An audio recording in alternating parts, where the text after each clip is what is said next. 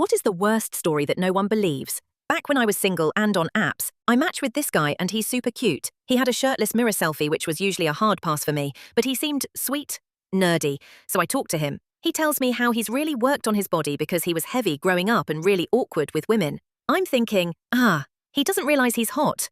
Anyway, I'm homesick that week and bored, so we message a lot and even FaceTime, and he's quirky but interesting and kind of funny. He seems to be pretty smart. He's working for a biotech firm and applying to PhD programs. He tells me about how he has a daughter back home in Isle A, that she was the result of a one-night stand with a friend, that the friend didn't tell him he had a daughter until she daughter was 5, and that he barely gets to see her because she's being raised by the mom's friend. We wanted to meet soon.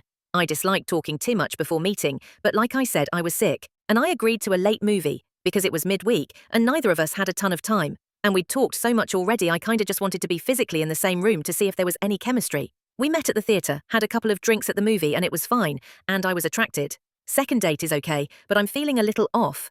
Something just feels funny, and I'm thinking this isn't gonna be more than a friends thing. We end up going to his place to watch Blade Runner, and I'm uncomfortable within the first couple of minutes.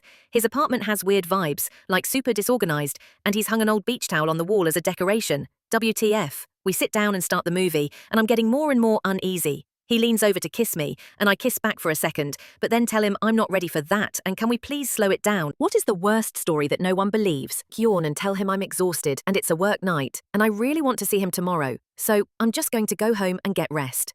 He looks totally crestfallen but says, okay, but before you go, will you do me a favor? At that point I think I'm about to be murdered. I say, what is it? He asks, will you stand in front of a mirror with me so that I can see how beautiful we look together? Absolutely terrified at this point.